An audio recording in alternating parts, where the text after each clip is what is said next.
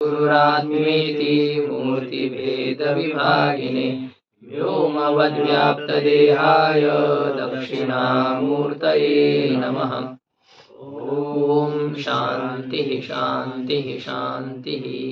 यदविद्याविलासेन भूतभौतिकसृष्टयः तन्नौमि परमात्मानं सच्चिदानन्दविग्रहम्। ओम शांति शांति शांति। प्रत्यक्ष ज्ञान दो प्रकार का है, सविकल्पक और निर्विकल्पक। फिर उसमें दो प्रकार की है, दो प्रकार के साक्षी के भेद से, एक जीव साक्षी, एक ईश्वर साक्षी। जीव साक्षी जन्य जो जीव का वृत्ति ज्ञान है वह एक प्रत्यक्ष है। ईश्वर साक्षी से उत्पन्न, ईश्वर साक्षी है मायोपहित चैतन्य, और उस मायोपहित चैतन्य से उत्पन्न होने वाला जो ईश्वर का ज्ञान, जगत विषय के ईश्वर का ज्ञान, यह है। ईश्वर का ज्ञान हमेशा नित्य ही है, लेकिन पदार्थ के उत्पत्ति को लेकर के उसमें, उसके ज्ञान में भी अनित्यता का व्यवहार हम कर रहे हैं। लेकिन गुरु जी समवाय संबंध है ना, नित्य ज्ञानवान ईश्वर, वो तो समवाय संबंध से रहता है ना, ज्ञान उसमें रहता है। पदार्थ कभी उत्पन्न होता है ना, आगे पदार्थ नष्ट हो चुका है, पदार्थ उत्पन्न होगा, पदार्थ उत्पन्न होता है, तो पदार्थ की उत्पत्ति के साथ साथ तद विषय का ज्ञान भी उत्पन्न होता है, ऐसा मान करके यह विचार चल रहा है। ईश्वर की माया वृत्ति से ज्ञान उत्पन्न होगा, सामान्य नियम है ना। प्रत्यक्ष ज्ञान में विषय कारण होता है, तो जब विषय ही नहीं रहेगा तो प्रत्यक्ष ज्ञान कैसे उत्पन्न होगा।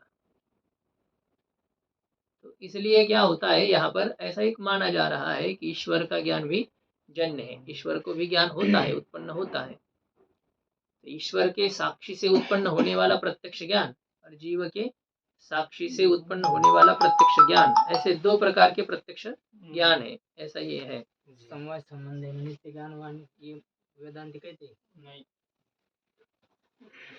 ये तो लक्षण नैयायिकों का है ऐसा। ईश्वर में तो है तीनों कालों का क्या, एक करतलवत, मतलब हाथ में रखे हुए आंवले के समान ईश्वर को प्रत्यक्ष है, ऐसा कहा जाता है। मतलब ये विषय प्रत्यक्ष ज्ञान में कारण होता है, ये तो हमारे प्रत्यक्ष में कारण होता है। ईश्वर को तो प्रत्यक्ष करने के लिए पदार्थ की उत्पत्ति की भी जरूरत नहीं पड़ती है, वो पहले देख लेते, वैसे देखा जाए तो आगे पीछे भूत भविष्य का सबका उनको स्पष्ट रहता है। जैसे हम इस लेखनी को अभी देखते हैं, 100 साल पहले ईश्वर इस लेखनी को इसी प्रकार से जानते थे, 1000 साल बाद इस लेखनी को ऐसे ही जानेंगे। कोई नहीं, इसका कार्यकाल कितना है चलाने वाले के ऊपर है। ज्यादा ज्यादा 1 साल तक बहुत चली तो बढ़िया से उसमें दूसरी रिफिल डालते गए अंदर वाली, तब तो ये 1 साल का कार्यकाल इसका है। लेकिन इससे पहले जब से सृष्टि हो चुकी है तब से ईश्वर इसको जानते हैं, और ये जब तक सृष्टि रहेगी तब तक ईश्वर इसको जानते हैं, हमेशा जानते हैं। प्रत्यक्ष ईश्वर को हमेशा रहता है। इसलिए वैसे देखा जाए तो ईश्वर का ज्ञान उत्पन्न होता है ऐसा तो नहीं माना जाता है, ईश्वर तो नित्य ज्ञान वाले ही है। यही मैं कह रहा हूँ कि पदार्थ उत्पन्न हो गया तो उसके साथ साथ ईश्वर का ज्ञान भी उत्पन्न हो गया, ऐसा मान करके यह बात चल रही है। लेखनी विषय ज्ञान ईश्वर को अभी हो गए, लेखनी अब उत्पन्न नहीं हुआ, वैसे एक अव्यक्त हो गया, ये आप कह सकते हैं। ईश्वर का ज्ञान क्या हो गया, लेखनी के साथ साथ अव्यक्त हो गया। जैसे पदार्थ की उत्पत्ति अलग है और अभिव्यक्ति अलग है कि नहीं। बटन दबाने पर पदार्थ अव्यक्त होते हैं, न कि उत्पन्न होते हैं। बिजली जलाने पर घट उत्पन्न होने पर घटत्व अव्यक्त होता है, न कि उत्पन्न होता है। इसी प्रकार से ये पदार्थ के उत्पन्न होने पर ईश्वर के प्रत्यक्ष की अव्यक्ति होती है। ईश्वर का प्रत्यक्ष पहले से है, जो पदार्थ पहले से लेकिन उसके तरफ अनवधान है, तो अब वो कोई कारण के वजह से जब हमारा ध्यान उसके तरफ चला जाता है तो अव्यक्त होता है। वैसे तो हमारा प्रत्यक्ष मानेंगे फिर अभिव्यक्त हो गया। नहीं, हमारा प्रत्यक्ष तो क्या है, हमारा तो जन्य ही होता है ना। हमें कहा पहले से ज्ञान था और अभी अभी अव्यक्त हो गया, इस प्रकार से तो हमारे में कल्पना नहीं होती है, अत्यधिक कल्पना कि हमें पहले से ज्ञात था, बस हम तो इसको अव्यक्त कर रहे हैं, ऐसा नहीं होता है ना। कि अब क्या है, हम शास्त्र पढ़ रहे हैं, इसका मतलब क्या है, हम अपने ज्ञान को अव्यक्त कर रहे हैं, हमारे में है, अव्यक्त कर रहे हैं। स्वरूपभूत ज्ञान अलग है, आप सब ब्रह्म है, लेकिन ये जो हम पंक्तिशः कुछ समझने जा रहे हैं, तो ये तो हमें ज्ञात नहीं है ना, गुरुजी अव्यक्त सांख्य थोड़ी तो कर। यही कहेगा। भगवान जैसे आते भी है, अवतार लेकर के आते हैं, गुरु जी के पास में पढ़ने जाते हैं, क्या करते हो? क्या शास्त्र पढ़ने के लिए जाते हैं क्या सही में? उनको कोई पता नहीं, और ऐसे कि हमारे जैसे पढ़ते हैं।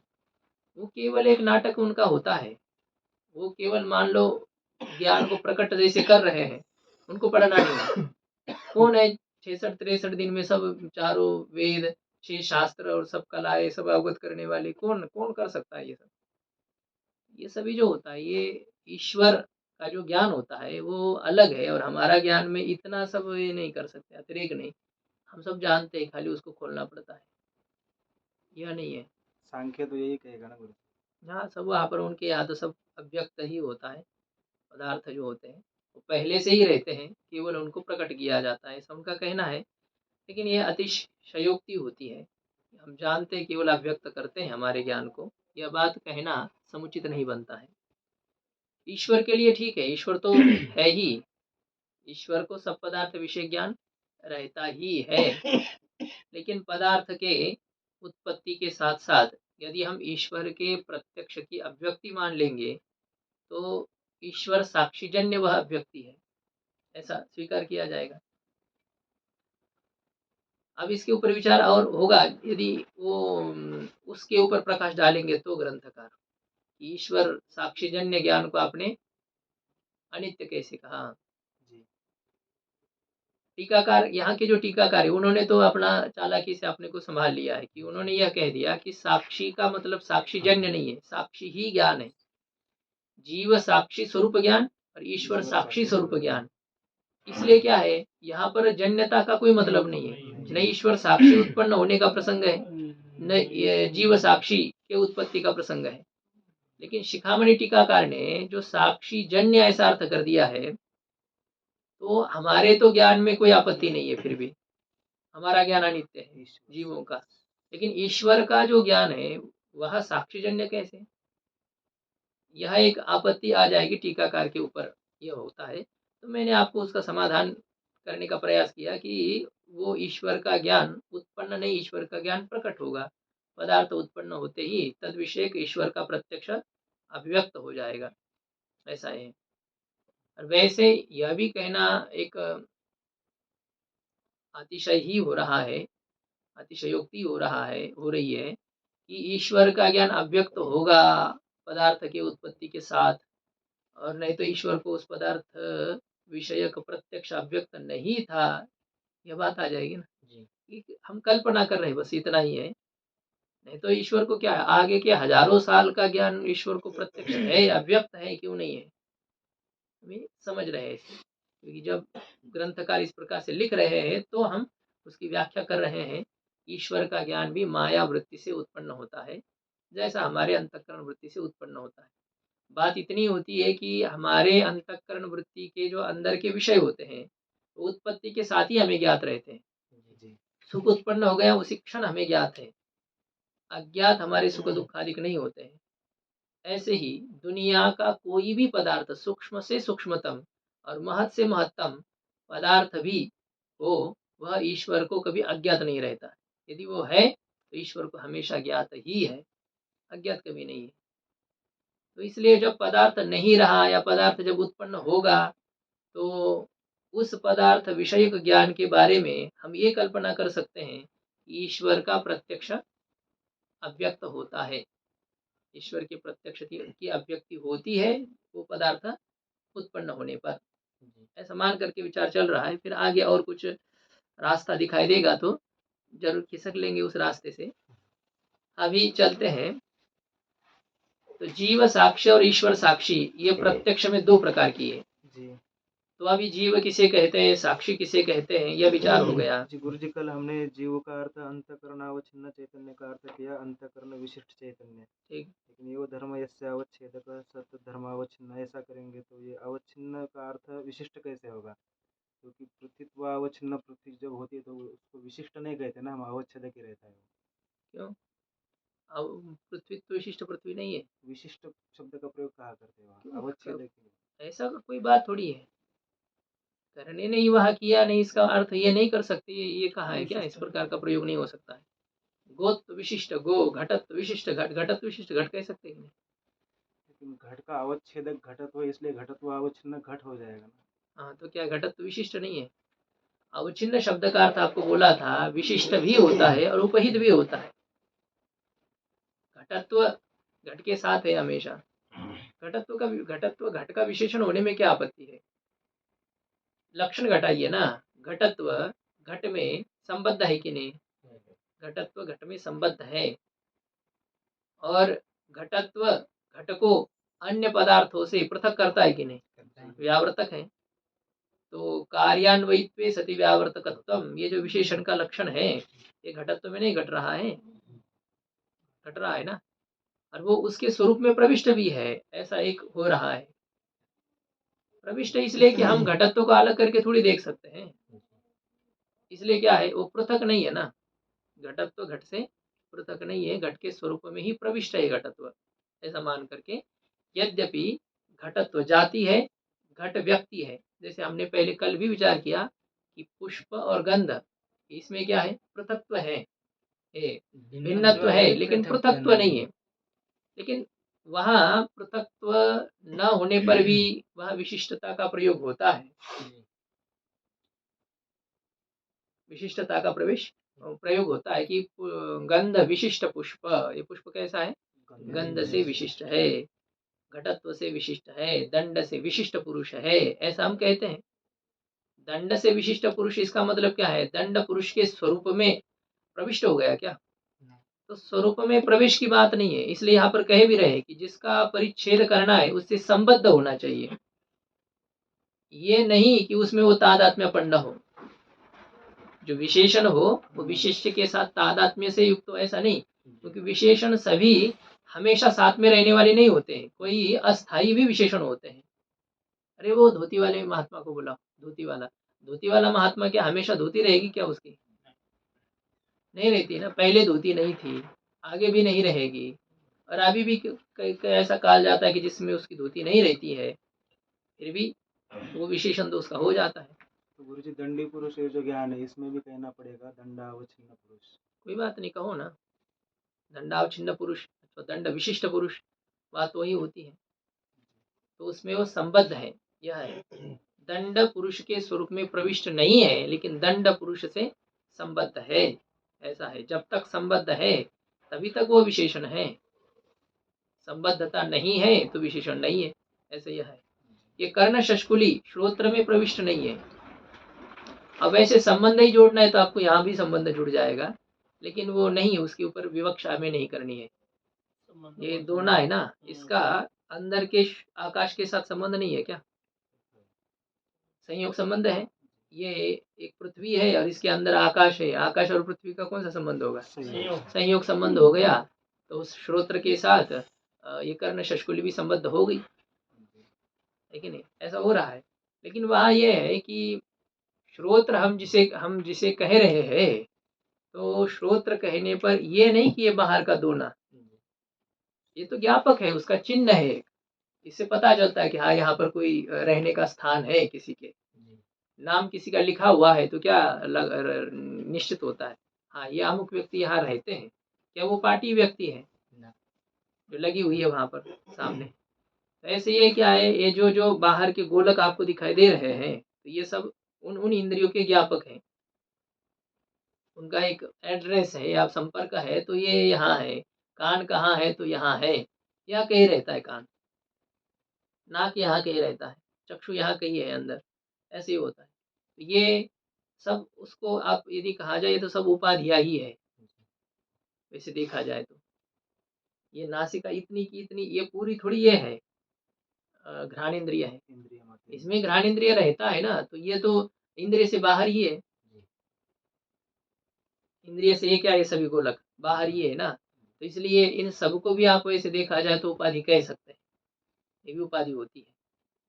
क्योंकि जैसे इस शष्कुली के अंदर आकाश श्रोत्र है, इस नासिका के अंदर जो एक इंद्रिय विशेष है उसे आप घ्राण इंद्रिय कहते हैं ना, वो यहाँ कहीं रहती है, भले ही नासिका अग्रवर्ती जो यहाँ हो, जैसे हो रहती है वो इंद्रिय, लेकिन ये जो दिख रहा है वो तो इंद्रिय नहीं है ना, इसका मतलब ये सभी गोलक अपने अपने इंद्रियों की उपाधियां तो हो रहे हैं। जी उपाधि का मतलब होता है जो कार्य अनन्वय। हाँ, वो जो जिसको आप परिचिन्न करने जा रहे हैं, पृथक जिसका ज्ञान कराने जा रहे हैं, उसमें जो संबद्ध ना हो, किंतु उसको जो अन्यों से भिन्न कराने वाला हो, वर्तमान धर्म विशेष हो, उसे उपाधि कहते हैं। जी ये विचार हम लोगों का हो चुका था। अभी हमें यह करना है विशेष, इनके उदाहरण देखने हैं। तो मूल में उदाहरण दिए हैं, रूप विशिष्टो घटः अनित्यः इत्यत्र रूपम विशेषणम। रूप विशिष्ट जी ये एक वाक्य था टीका में, कार्य पद पदम मात्र। हाँ, वो जरा थोड़ा और हम्म, साफ नहीं है। कार्य पदम अत्र अवच्छेद्यान्वय योग्य परम।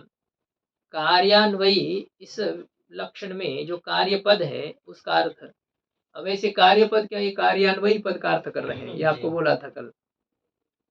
कार्य पद किस अर्थ में तात्पर्य वाला है यहाँ पर, अवच्छेद तो कार्य पदम अत्र, कार्य पद यहाँ पर अवच्छेद्य अन्वय योग्य। अवच्छेद्य जिसको आप परिचिन्न करने जा रहे हैं, जी विशेषण हो, उपाधि हो, उपलक्षण हो, ये अवच्छेदक होते हैं, परिच्छेदक होते हैं, व्यावर्तक होते हैं, भेदक होते हैं।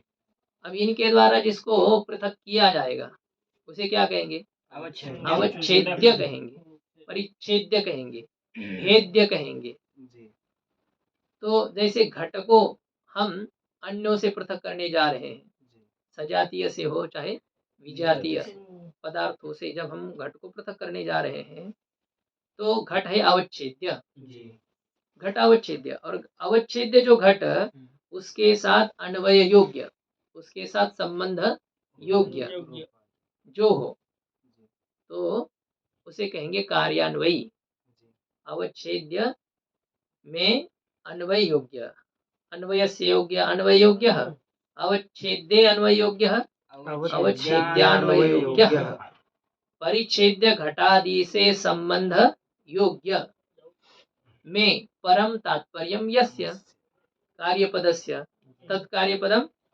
अवच्छेद्यान्वय योग्य परम।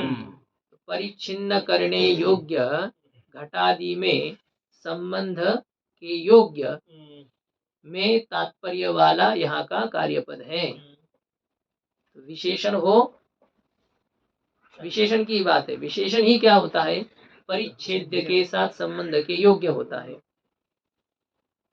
उपाधि जो होती है वह परिच्छेद्य के साथ संबंध के योग्य नहीं होती, वह अलग रहती है, अलग रह करके ज्ञान कराती है, वो उसके स्वरूप में इतनी घुल मिल नहीं जाती है। लेकिन अब भले ही आपको यह बता रहा हूँ कि विशेषण भी जरूरी नहीं कि वो उसके स्वरूप में प्रविष्ट हो। पीताम्बर विष्णु हो, कहते ना पीताम्बर विष्णु हो, पीला वस्त्र है जिसका, तो पीला वस्त्र विष्णु भगवान का क्या हो रहा है, विशेषण। अब ये वस्त्र हमेशा है क्या भगवान के श्री अंग पर, नहीं है, कभी नहीं भी है ना, फिर भी क्या है उसको विशेषण कहते हैं। लेकिन है तो उनके पास में ही है। इसे जरूरी आप नहीं पहन सकते क्या पीला वस्त्र,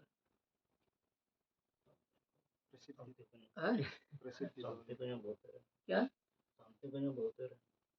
शांति कुंज जाना पड़ेगा, अच्छा। तो यह है पीला वस्त्र है जिनका, ऐसा कभी है कभी नहीं है, ये जो होता है ना, ऐसे भी कोई विशेषण होते हैं। और उपाधियां भी जो रहती है, उपाधियां भी वैसे तो कभी है कभी नहीं है, ये तो बात बनेगी नहीं, क्योंकि विशेषण में यह बात होती नहीं है, वर्तमानता उसमें होनी चाहिए। हाँ, एक बात यह हमें वर्तमान की समझनी थी, कल हम लोग वर्तमान पद का कोई प्रयोजन नहीं समझ पा रहे हैं, नहीं रहे थे। विशेषण जो जैसे आपको अभी अभी बताया कि पीताम्बर विष्णु हो, ऐसा कहा। जी अब ये पीला जो वस्त्र है ये भगवान विष्णु का विशेषण हो रहा है। अब ये जो विशेषण है, यह विशेषण भगवान विष्णु से संबद्ध है, जिसको हम अन्य देवताओं से अलग करने जा रहे हैं, परिच्छेद्य है भगवान विष्णु, उनसे ये संबद्ध है कि नहीं, है। संबद्ध है, और अन्यों से ये उनको पृथक भी कर रहा है, किंतु यह वस्त्र जब तक है ना तभी तक उनको पीताम्बर कहेंगे। जब वे उस वस्त्र को हटा देंगे तब उनको पीताम्बर ऐसा नहीं कहा जाएगा। वो धोती का उदाहरण उल्टा पड़ गया फिर। कैसे, कौन सा? धोती का हाँ धोती कभी रहेगी नहीं रहेगी, यही तो आपके कह रहा ऊपर। हूँ, पीताम्बर वही तो बात हो रही है। पीला वस्त्र जब तक है तब तक उसको विशेषण कहना है, पीला वस्त्र छोड़ दिया तब वो विशेषण नहीं होता है वस्तुतः। हम ये कह देते हैं, हमारी प्रसिद्धि हो जाए, दंडी स्वामी को बुलाओ, हमारे है सर्वात्मा जी में, सर्वात्मा धाम में दंडी स्वामी। और दंड का कोई मतलब ही नहीं है, लेकिन नाम हो गया अभी, तो नाम होना अलग है, लेकिन विशेषण जब तक रहेगा ना, मतलब वो भेदक जब तक है ना, जी तभी तक वो उसको विशेषित करेगा, वो उसका विशेषण होगा। नहीं तो हम उपलक्षण से ही काम चलाते हैं। रहता है वो पहले कुछ दिन विशेषण, लेकिन धीरे धीरे क्या हो जाता है वह उपलक्षण। वो उपलक्षण बन जाता है। मौनी बाबा जो पर्ची बांटते हैं, मौनी बाबा बोलते नहीं है, बहुत बोलते हैं, तो क्या है वो उपलक्षण है, वो कोई उनका विशेषण नहीं है। तो यह होता है, तो इसलिए विशेषण में वर्तमानता होना आवश्यक होती है, उस कार्य से संबद्ध भी होना। और वैसे तो हाँ, एक बात कल हमारी हो ही चुकी थी, यदि वह विशेषण विद्यमान नहीं रहेगा तब तो फिर वो परिच्छेद से संबद्ध भी तो नहीं है। जिसको हम अन्य पदार्थ से पृथक करने जा रहे हैं और जिस धर्म के माध्यम से पृथक करने जा रहे हैं, वह धर्म यदि उससे संबद्ध ना हो तो वो विशेषण नहीं कहलाएगा, है ना। जी पीले वस्त्र वाला, पीले वस्त्र वाले विष्णु भगवान है। अब ये पीला वस्त्र नहीं रहेगा, मतलब इस विशेषण की विद्यमानता नहीं रहेगी, तो ये विशेषण नहीं माना जाएगा। ऐसा ही है ना, इसलिए वर्तमान पद चाहिए, यही हम सोच रहे हैं ना। जी बात ऐसी भी है, कल हम यहाँ तक विचार करते ही गए थे कि यदि वह वर्तमान नहीं है तो क्या वो परिच्छेद से संबद्ध है? नहीं है। नहीं। परिच्छेद से संबद्ध भी तो नहीं है ना। जी तो संबद्ध होना और वर्तमान होना, उसमें कोई अंतर नहीं आ रहा है, इसलिए वर्तमान पद देने की कोई आवश्यकता नहीं लग रही है।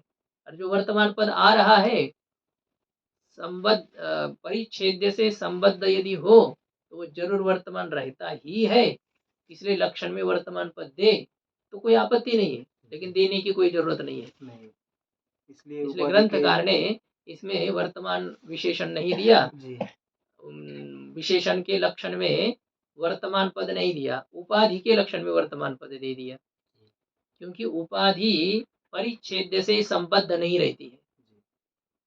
इसलिए जब उपाधि नहीं भी रहेगी तब भी उपहित व्यवहार का प्रसंग न आए, इसलिए क्या है उसमें वर्तमानता जरूर चाहिए। जो ये कर्ण षष्कुली है, ये नहीं रहेगी तो श्रोत्र नहीं कहा जाएगा। तो यह है, इसलिए वर्तमान पद के ऊपर ये तो आज थोड़ा सा विचार करने का प्रयास किया, लेकिन नहीं बनता है वर्तमान पद, नहीं, उसमें प्रविष्ट नहीं है लक्षण में।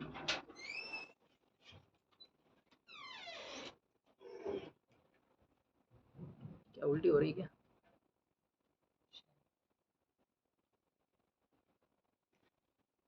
ठीक है, हाँ? आगे चलते हैं, मूल में देखिए, रूप विशिष्ट घट अनित्य इत्यत्र रूपम विशेषणम। रूप विशिष्ट घट अनित्य है, रूप से विशिष्ट घट अनित्य है। अनित्य है। यहाँ पर रूपम विशेषणम, यहाँ क्या है? रूप विशेषण है, क्योंकि रूप परिच्छेद्य घट से संबद्ध है। जी रूप घट को अन्यों से पृथक करता है ना। रूप विशिष्ट घट जब है तो रूप रहित पदार्थों से घट को यह पृथक करने जा रहा है रूप। हाँ, रूप रहित रूप वाले पदार्थों से रूप घट को पृथक नहीं कर सकता है। घट से रूप विशिष्ट घट है यह जब कहा गया, जी तो रूप विशेषण घट को पृथक कर रहा है कि नहीं? कर रहा है। कर रहा है। किससे पृथक कर रहा है? दूसरे घट के अलावा दूसरे रूप वाले पटादी से ना रूप घट- कैसे पटादि से पृथक कर पाएगा? पट क्या रूप वाला नहीं है क्या? रूप वाला पट है या नहीं? अन्य रूप रहित पदार्थों से यह घट को पृथक करेगा। रूप रहित आकाश, वायु, आकाश, काल, दिक, आत्मा, मन, इससे रूप विशेषण घट को पृथक कर सकता है। क्योंकि दूसरे घड़े से तो पृथक नहीं करेगा ये। नहीं करेगा उसको, उसमें भी उसमें घड़े से पृथक करने के लिए वैसे बात नहीं बनेगी। ये रूप विशिष्ट घट बस इतना ही है। करे भी तो अन्य पदार्थों से पृथक हो सकता है ये, लेकिन रूप नहीं करेगा। घटनिष्ठ घटत्व पटादि से पृथक कर देगा। रूपत्व विशिष्ट घटत्व विशिष्ट घट है ना, जी दो है यहाँ पर। रूपत्व नहीं, रूप रूप विशिष्ट विशिष्ट घटत्व घटत्व विशिष्ट विशिष्ट। ऐसा घट है। जी तो रूप रहित पदार्थों से पृथक करेगा जी और घटत्व जो है घटत्व घटत्व रहित पदार्थों से पृथक करेगा। वैसे तो कोई बात इतनी बनती नहीं है, क्योंकि घटत्व ही पर्याप्त है। घटेतर सभी पदार्थों से घट को पृथक करने के लिए घटत्व ही पर्याप्त है कि नहीं? जी घटत हाँ जी है। तो रूप इतना कोई विशेषण नहीं बनता। हाँ, यदि रूप विशेष होता तो बात बन जाती कि नीला घट है तो अन्य वर्ण वाले घटों से नील रूप उसको पृथक कर सकता है।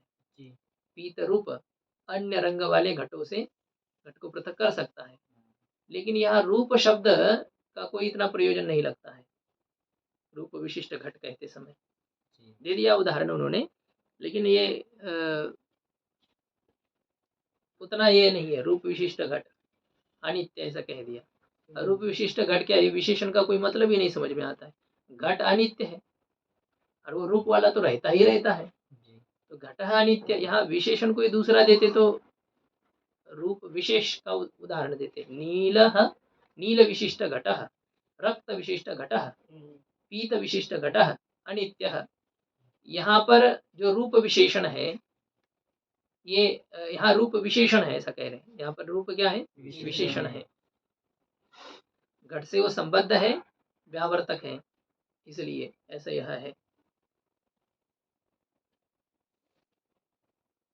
कर्ण शष्कुली अवच्छिन्नम नभः। कर्ण शष्कुली, ये जो शष्कुली यानी क्या होता है, दो एक लाख। हाँ पूरी के जैसे शष्कुली यानी जो खाते हैं ना, में एक पूरी विशेष कान वाला। पूरी का जी, जो है, तो उसी के आकार वाली एक होती है विशेष प्रकार की जो बनाते हैं। क्या बोलते हैं इधर? कान वाला।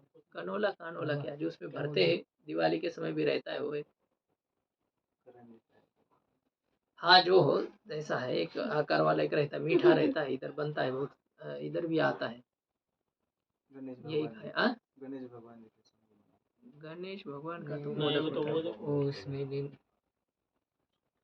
ठीक है, कोई बात नहीं, जैसा है। आपको कर्ण शष्कुली तो पता है ना जो दिख रही है, तो वहां तक मत जाइए, क्यों मुंह में पानी आना है। तो कर्ण शष्कुली से जो परिचिन्न आकाश है, कर्ण जी। शष्कुली से परिचिन्न उपहित जो आकाश है, आकाश। वह आकाश ही श्रोत्र है। जी इत्यत्र कर्ण शष्कुली उपाधि, यहाँ पर क्या है, कर्ण शष्कुली शष्कुली उपाधि है।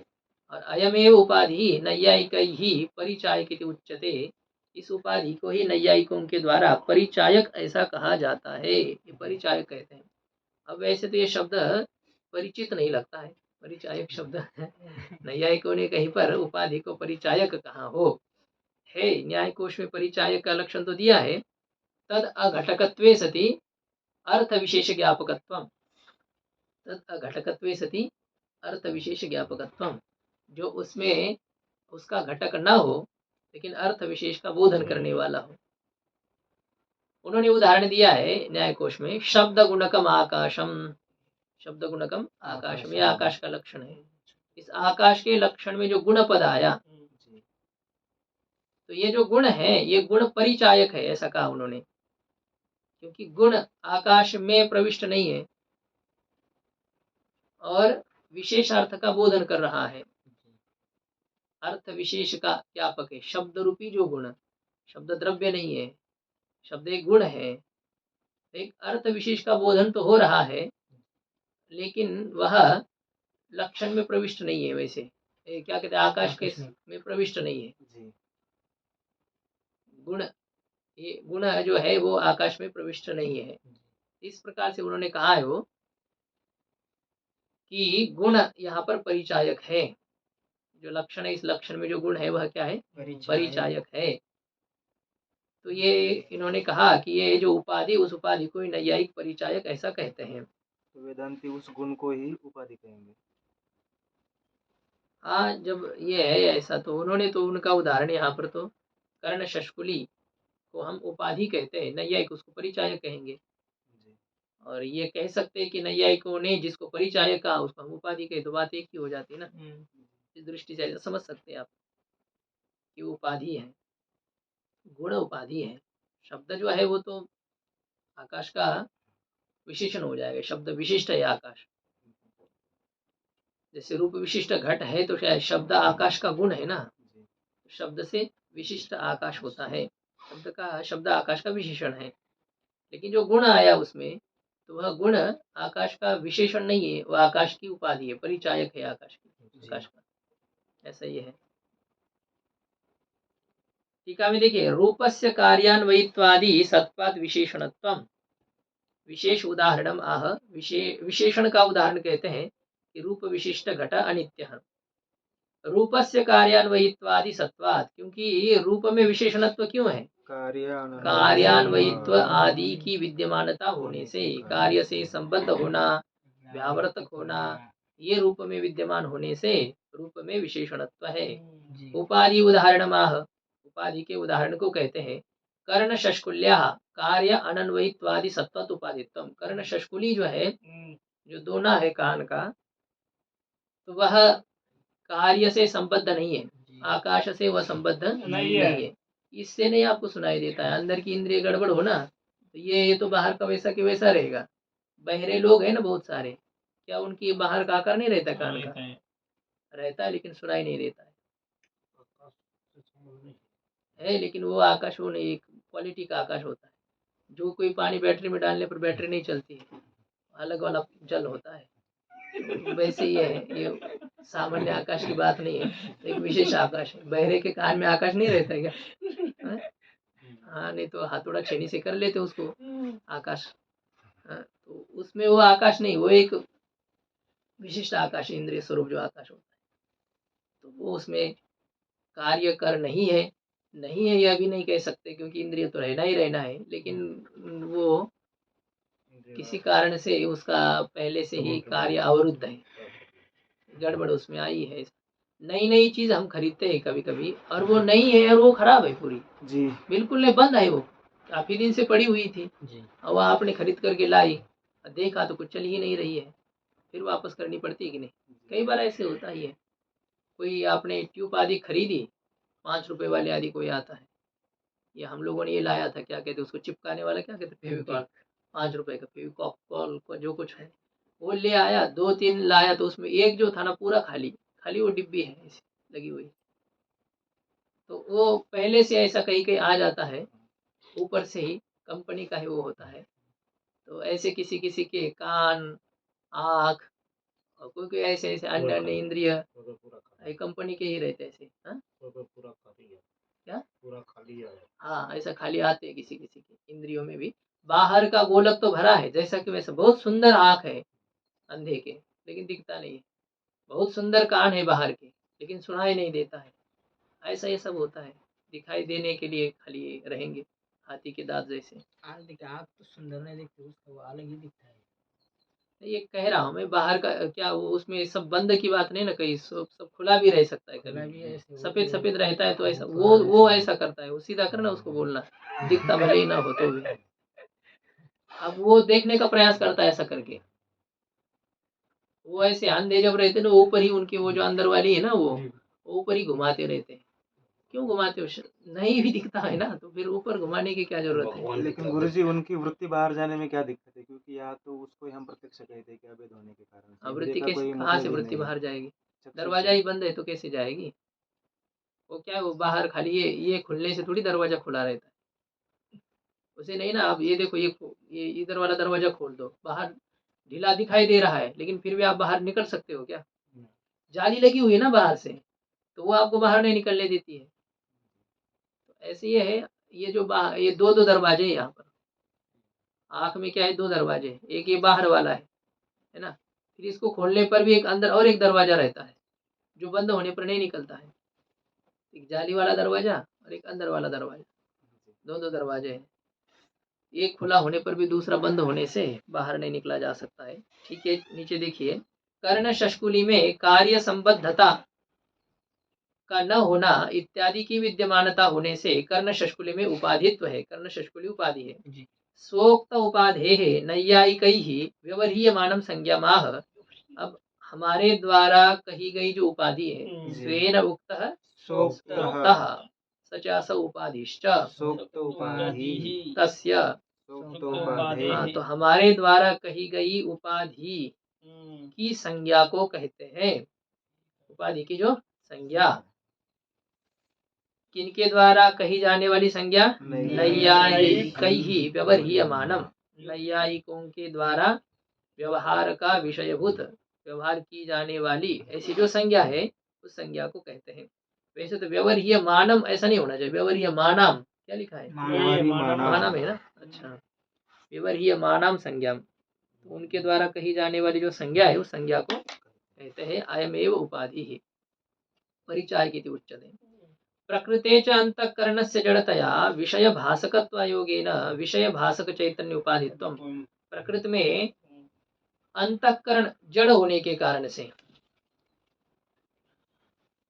अच्छा, इसमें अब अवतरणिका आएगी, प्रकृति के ऊपर अवतरणिका में चलिए पहले। ननु अस्तु कर्ण शष्कुल्यादेः उपाधित्वम अंतःकरणस्य तु तत्वम प्रयोजन शून्यम।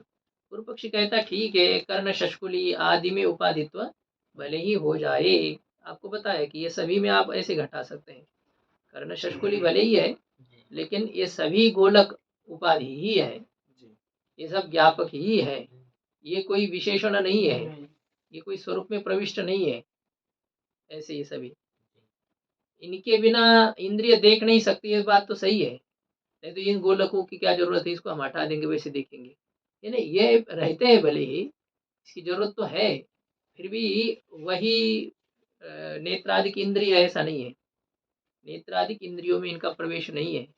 मरे हुए आदमी की आंखें जैसी की वैसी दिखती है, लगता तक नहीं ये मरा हुआ है, ऐसा मतलब विशेष लक्षण हमें पता न चले तो क्या लगता है कि मरा हुआ लगता है क्या? नहीं, बैठा हुआ है, शांति से बैठा हुआ है, कुछ नहीं हल्ला गुल्ला हो रहा है, ऐसे पड़ा है बिठा करके पीछे से, ऐसा होता है। सब उपाधियां ही है जितने हमारे इंद्रियों के गोलक हैं। तो कर्ण शष्कुली आदि में उपाधित्वम अंतःकरण से तो तत्व प्रयोजन शून्यम, कर्ण शष्कुली आदि में उपाधित्व भले ही हो किंतु अंतःकरण में उपाधित्व स्वीकार करने में कोई प्रयोजन नहीं है, प्रयोजन शून्यम, प्रयोजन नहीं है। कैसे प्रयोजन नहीं है? अब पूर्व पक्षी क्या कहता है देखो, नहीं, वैसे तो पूर्व पक्षी बोल रहा है और पूर्व पक्षी यह कह रहा है कि आप लोग कहोगे कि अंतःकरण के उपाधिता में प्रयोजन है, ये प्रयोजन शून्य कैसे? ऐसा यदि आप कहोगे तो वही पूर्व पक्षी कहता है नहीं प्रमाता विषय भासनाय स्वसाक्षिणम अपेक्षते, प्रमाता विषय प्रकाशन के लिए स्वसाक्षी की अपेक्षा नहीं करता है, अपने साक्षी की अपेक्षा नहीं करता है। चक्षुरादि जन्य वृत्त्यो छिन्न चैतन्येनैव विषय प्रकाश संभवात, प्रमाता को विषय का प्रकाशन करने के लिए साक्षी की अपेक्षा नहीं है, क्योंकि आपने कहा कि अंतःकरणोपहित चैतन्य साक्षी है। अरे क्यों उपाधि जोड़ करके साक्षी को आप सिद्ध करना चाहते हो? जरूरी नहीं, साक्षी की आवश्यकता नहीं है, हमें साक्षी की जरूरत नहीं है तो अंतःकरण को उपाधि मानने की भी आवश्यकता नहीं है। तो यदि साक्षी नहीं मानेंगे तो ज्ञान कैसे होगा? अरे प्रमाता है ना अंतःकरण जिसमें विशेषण है, ऐसे अंतःकरण विशिष्ट चैतन्य स्वरूप प्रमाता विषय के प्रकाशन के लिए साक्षी की अपेक्षा नहीं करता है, अपने दृष्टा की उसको अपेक्षा नहीं है। सूर्य को खुद का प्रकाश करने के लिए किसके प्रकाश की आवश्यकता है? बाहर से देख लो जैसा है, पूर्व पक्षी के हिसाब से देख लो, दीपक को देखने के लिए दूसरा दीपक चाहिए? हाँ, तो यहाँ प्रमाता खुद ही प्रकाश स्वरूप है ना, उसको खुद के प्रकाशन के लिए साक्षी की अपेक्षा नहीं है। चक्षुरादि जन्य वृत्त्यो छिन्न चैतन्येनैव विषय प्रकाशन संभवात, क्योंकि चक्षुरादि इंद्रियों से उत्पन्न जो वृत्ति है उस वृत्त्यो छिन्न चैतन्य के द्वारा ही विषय का प्रकाश संभव होने के कारण से इत्याशंक्य, ऐसी शंका करके अंतःकरण से जड़तया, सिद्धांति बोल रहा है देखो, अंतःकरण से जड़तया विषय भासकत्व योगा। अरे भाई साक्षी को मानना आवश्यक है, क्यों? क्योंकि प्रमाता का विशेषण जो अंतःकरण है वो तो जड़ है और उसमें जड़ता होने से विषय प्रकाशकत्व अयोगा, उसमें विषय प्रकाशकत्व उचित न होने के कारण से, विषय प्रकाशत्व का संबंध न होने से। ठीक है, वृत्तियों की क्या बात है? वृत्ति नाम नानात्वेन, वृत्तियों में अनेकता होने से तदावच्छिन्न चैतन्य से अनेकतया, वृत्त्यवच्छिन्न चैतन्य में भी अनेकता है, इसलिए समस्त विषयानुसंधातृत्व अनुपपत्ति है, संपूर्ण विषय का अनुसंधान करना उपपन्न न होने के कारण से। अनुसंधान अनेक है, अनुसंधान करना, उसका ज्ञान करना, उनको जानना, सभी विषय का प्रकाशकत्व उसमें उपपन्न न होने के कारण से। अनेक है ना, और नाना है, तो कभी कोई वृत्ति अवच्छिन्न चैतन्य, कभी कोई है, कभी कोई है, कभी कोई है। तो अनेकों के द्वारा जो कार्य किया जाता है ना, तो उसमें सभी पर प्रकाश नहीं होता है। अनेक मिल करके जब करते ना कुछ करते ही अपना, मतलब सुकारपना, वहां पर कुछ ना कुछ होता ही है। ऐसा कामचोरपना जो होता है वह 10-5 लोग करते तो 2-3 ऐसे रख देते हैं, नहीं करते अपना अपना काम। तो ये अंत स्वामी जी, अनेक अनेक वृत्ति होने से तो बल्कि अच्छा ज्ञान होना चाहिए, माने अनेक तरह से ज्ञान होना चाहिए, अनेक दृष्टिकोण से।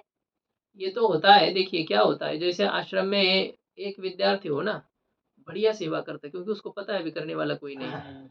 और जब 2-3 रहते हैं ना, तो वो इसके ऊपर ढकेल देता है, वो उसके ऊपर ढकेलता है, तो वो कर नहीं पाते, वो करते नहीं है, इधर उधर करके वो ऐसे ही पड़ा रहता है काम।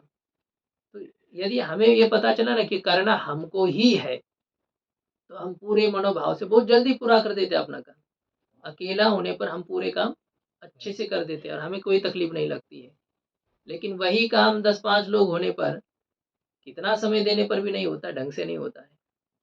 तो यही हालत है कि अनेक वृत्तियां है, अनेक वृत्तियों के होने पर संपूर्ण विषय का प्रकाशन, बात तो सही है कि अच्छा होना चाहिए, लेकिन नहीं होता है वह। कोई एक होना, तो ये सब की दुनिया की बात ही ऐसी है, कोई एक लीडर होना चाहिए जो सबके ऊपर ऐसा शासन करे, एक ऐसा, तब सब कुछ हो। तो उसके पीछे पीछे लगा रहना पड़ता है, फिर ऐसे होता है। मतलब उसको भी पूरा पागल बनना पड़ता है, पागलों के पीछे। हाँ? पागल को थोड़ा समझाना, मतलब उसको समझाने के लिए खुद भी पागल बनना पड़ता है, तब वो समझते हैं। उनको ऐसा बुद्धिमान समझाने चला जाए तो कहते वो पागल है। लेकिन गुरुजी ऐसा भी कैसा कहेंगे कि वृत्ति में अनेकता होने के कारण से ज्ञान अच्छा हो जाएगा, क्योंकि हर एक वृत्ति एक विषयाकार नहीं है ना। नहीं तो भिन्न भिन्न विषय के ज्ञान की बात हो रही है ना, हमें कौन सी एक ही विषय पर प्रकाश डालना है। आश्रम के एक काम थोड़ी कि झाड़ू ही लगाना है, पूजा भी करनी है, झाड़ू भी लगाना है, लाइट बंद भी करने हैं, चालू भी करने हैं, भोजन भी बनाना है, बर्तन भी साफ करने हैं, कपड़ा भी धोना है। तो ये सब काम है ना, तो इसको करने के लिए क्या अलग अलग व्यक्ति यदि करते हैं, नहीं ढंग से कर पाते हैं। और यदि एक ही हो तो फिर ये कार्य सब होते हैं, या एक ऐसा कोई होना चाहिए कि जो सबसे करवाए, और वो 10 बार कहे उसको, मारे भी, पीटे भी, गाली भी दे, तब वो कार्य होते हैं। और सीधे साधे रहे तब फिर वो तो लोग मानते नहीं है। वो ऐसे होते हैं, उनको सीधी बात समझ में आती नहीं है, बहुत आलसी होते हैं, नहीं उठेंगे तो नहीं उठेंगे ऐसे। हाँ, तो क्या चल रहा है, ये अनेक वृत्तियों में नानात्व होने से वृत्त्यावच्छिन्न चैतन्य भी अनेक है, इसलिए संपूर्ण विषय की प्रकाशकत्व की उपपत्ति न होने से। ठीक है, प्रमाता तो करेगा ना, प्रमाता तो विषय का प्रकाशन कर सकता है, भले वृत्ति नहीं करेगी, अंतःकरण नहीं करेगा, लेकिन अंतःकरण विशिष्ट चैतन्य तो ये कार्य कर सकता है। कहते कि नहीं, प्रमातुश्च अंतःकरणावच्छिन्नत्व, ना प्रमाता अंतःकरण से विशिष्ट है, जी। और अंतःकरण से विशिष्ट होने से विषय अनुसंधानार्थम अपेक्षत्वात्, विषय के प्रकाशन के लिए उसको अन्य की अपेक्षा होने के कारण से। अन्य की किसकी अपेक्षा? अन्य वही साक्षी है, साक्षी की अपेक्षा है, उसको अपना अनुसंधान करना है। वहां तो शिखामणि में लिखा है, प्रमातुश्च स्वानुसंधानार्थम अन्य अपेक्षत्वात्, प्रमाता को खुद का अनुसंधान करने के लिए किसी अन्य प्रकाशक की आवश्यकता होने के कारण से उसको और एक प्रकाश है जो कि इसको भी प्रकाशित करता है। विषय का तो करेगा ना वो प्रमाता, हाँ? विषय का तो करेगा ना, उसको खुद का तो देखेंगे फिर। विषय का प्रकाशन भी जो होता है ना, अंतःकरण विशिष्ट चैतन्य से थोड़ी होता है, साक्षी के द्वारा ही तो होता है। अब ये तो आप यही कहेंगे कि तो आपने मान रखा इसलिए आप साक्षी को मानने के लिए मजबूर है, हम क्यों, हम तो ऐसे ही करेंगे कि अंतःकरण की वृत्ति बाहर जाती है, घट का आवरण हटाती है, वृत्ति चिदाभास प्रकाशन करता है कि नहीं। और ठीक है, सबका प्रकाशन प्रमाता करेगा, घटाकार वृत्ति का, घटाकार वृत्ति चिदाभास का, घट का, जो आप कूटस्थ के द्वारा प्रकाशन मानते हो, हम प्रमाता के द्वारा प्रकाशन मानेंगे। तो प्रमाता भी जो है ना, वो अंतःकरण से विशिष्ट है, जड़ उसमें मिला हुआ है ऐसा जड़ उसमें मिला हुआ जो होता है उसका भी प्रकाश वैसा स्वप्रकाशकता उसमें नहीं रहेगी ना। पर प्रकाशकता ठीक है, दूसरे का थोड़ा बहुत प्रकाश कर लेगा, लेकिन खुद के प्रकाश के लिए उसको किसी की जरूरत पड़ेगी। ये बिजली हमको प्रकाशित कर रही है, लेकिन उसके पीछे से उसको चाहिए, संबंध होना चाहिए। वहां से ऊपर से काट दे तो ये क्या करेंगी। प्रमाता भी जो है तो वो चैतन्य ही, लेकिन वो जड़ से मिश्रित चैतन्य है। जो मिश्रित होता है उसमें उतना सामर्थ्य नहीं होता है जो शुद्ध में रहता है। मिला हुआ दूध है पानी से, और बिल्कुल गाय के दूध अभी अभी दोहन करके लाया है, जी कितना अंतर है दोनों दूधों में। देखने में तो एक जैसा है। एक कूटस्थ है। हाँ, एक शुद्ध जो है उसे कहेंगे कूटस्थ, जी और जो जिसमें पानी मिलाया हुआ है उसे कहेंगे प्रमाता। प्रमाता। ऐसे है तो दोनों एक जैसे बाल्टी में भरे हुए हैं। ये भी 1 लीटर के कमंडल में पूरा भरा है, वो भी 1 लीटर के कमंडल में पूरा भरा हुआ है। जी दोनों एक जैसे दिखाई दे रहे हैं, ये दोनों में कितना अंतर है। तो कहते हैं ना वहां पर ये इसका क्या दाम है, ये कहते 50 रुपए लीटर का, वो 150 रुपए लीटर। अरे ये क्या बात हो गई, वो 150 और ये 50 का। तो ये होता है कि ये सफेद पानी है और ये दूध है, जी वो इसका अंतर होता है। हाँ? बात हो रही है कि विषय का अनुसंधान करना है ना, वो हाँ? उसका स्वयं का तो हो जाएगा, मतलब पहले विषय का तो करना है अनुसंधान। ये विषय का अनुसंधान करने के लिए खंडन कर रहे हैं। नहीं, फिर उसका भी तो करना है ना उसको। खुद का नहीं कर पाया तो दूसरे का क्या करेगा। चलो दूसरे का कर भी देगा, लेकिन फिर भी खुद खुद को भी तो समझना है।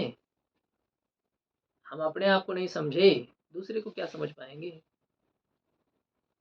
ये हालत क्या हो रही है हमारी, हालत- ऐसी तो हो रही है ना कि हम दूसरे को समझने का पूरा प्रयास कर रहे हैं, लेकिन हम खुद को नहीं समझ पा रहे हैं। मतलब प्रमाता को खुद का भी तो प्रकाशन करना है। तो ये बात उल्टी मतलब समझ में आ रही है कि जैसे पहले प्रकाशन करेगा प्रमात्रा, फिर साक्षी जो उसका बाद में प्रकाशन कर रहा है। पहले साक्षी ने प्रकाशन करना चाहिए, फिर वो दूसरे का प्रकाशन करेगा, ऐसी बात होती है। ऐसी कोई नहीं। अब जब है पहले पदार्थ बना है, पहले वो कार्य कर रहा है, उसको कार्य करने के बाद में उसको देखने वाला कोई दूसरा होता है। लगाया आपको किसी ने, ठीक है, प्रेरणा तो साक्षी ने पहले दी, लेकिन प्रेरणा देने के बाद में उसको जो देना होता है ना, किसी को आपने किसी कार्य में नियुक्त किया आपने, ठीक है, आप पहले थे, लेकिन नियुक्त करने के बाद जब उसने कार्य संपन्न किया तो उसको क्या कहते हैं ना, वाह बहुत अच्छा किया, या उसका उस किए हुए कार्य का मुंह बदला देना है, कुछ देना, उसके लिए प्रेरक को फिर वहां उपस्थित होना पड़ेगा कि नहीं। प्रेरक जो होता है वो आगे पीछे चाहिए। कार्य में प्रेरित करने के लिए भी उसकी भूमिका होती है, और कार्य संपन्नता के बाद में भी उसको आना पड़ता है वहां पर। अच्छा हुआ। हाँ बहुत बढ़िया हो गया, ये कमती हो गई, ये बढ़िया हो गई, ये अच्छा हो गया, कुछ ना कुछ उनका ये होता है, तब वो होता है। नहीं तो दूसरी बार कैसे कार्य होंगे। पहली बार तो चलो कर दिया प्रमाता ने जैसे कैसे, लेकिन प्रमाता को जब यह समझ में आया कि हमको कोई भाव ही नहीं है, हम करते और हम हमारे तरफ कोई देखने वाला नहीं है, तो फिर कैसे होगा। तो इसलिए हमें देख कार्य होने से मतलब है ना गुरु जी। कार्य हो गया ना, तो कार्य होने से मतलब क्या है, एक ही बार होगा ना, दूसरी बार कैसे करेगा। क्यों नहीं? देखिए हम जहाँ रहते हैं और जो कुछ सेवा हम करते हैं, जी हमें जरूर यह लगता है कि इस आश्रम का मालिक इसको देखे हम तो कि प्राय देखो उसके सामने ही करते हैं। हाँ, नहीं हम नहीं करते हैं। तो ये जो होता है देखने की बात तो जरूर हमको लगती है कि ये देखे, ऐसा ऐसा होता है कि नहीं। ऐसा जो हमने इतना बढ़िया किया तो कम से कम हमें कहे। हम पढ़ रहे हैं मान लो, हमको क्या लगता है कि हमारे जो गुरुजन है वो कहे कि हाँ बहुत अच्छा पढ़ाई करते हो आप। तो ये हम एक चाहते हैं कि नहीं, हमारा क्या कहते हैं ना उत्साह बढ़ता है ना उससे। तो प्रमाता का उत्साह कौन बढ़ाएगा, साक्षी साक्षी होता है। तो साक्षी का कौन बढ़ाएगा, साक्षी को बढ़ाने की जरूरत नहीं है। बढ़ावा साक्षी जो है शुद्ध चैतन्य है, जी। उसका उसको किसी के प्रकाश की जरूरत नहीं है, नहीं है। ऐसे होता है। फिर वहाँ लेकिन पर भी विशिष्ट अनवस्था को आ जरूर जाएगी। होती है। हाँ? वहाँ पर भी अनवस्था आ जाएगी। हाँ अवस्था हो जाएगी। ये प्रमाता में अंतःकरण विशिष्टता होने के कारण से विषय अनुसंधानार्थम अन्यापेक्षत्वात्, विषय का अनुसंधान करने के लिए अन्य की अपेक्षा होने के कारण से उसको दूसरे की जरूरत है। जी प्रमाता को उसका इतना सामर्थ्य नहीं ना, ये सब न्यूनाधिक सामर्थ्य वाले हैं। प्रमाता भले ही क्या हो, एक भारत देश का रक्षा मंत्री हो, जी भारत देश का गृह मंत्री हो, लेकिन इसके ऊपर भी कोई शासक है कि नहीं? है। है ना? तो वो जो शासक है उसके बिना वो कैसे कर सकता है? नहीं, बहुत कुछ कर सकता है। बहुत कुछ कर नहीं सकता ये हमने कहा क्या? बहुत कुछ कर सकता है, सब नहीं कर सकता है ना। जी।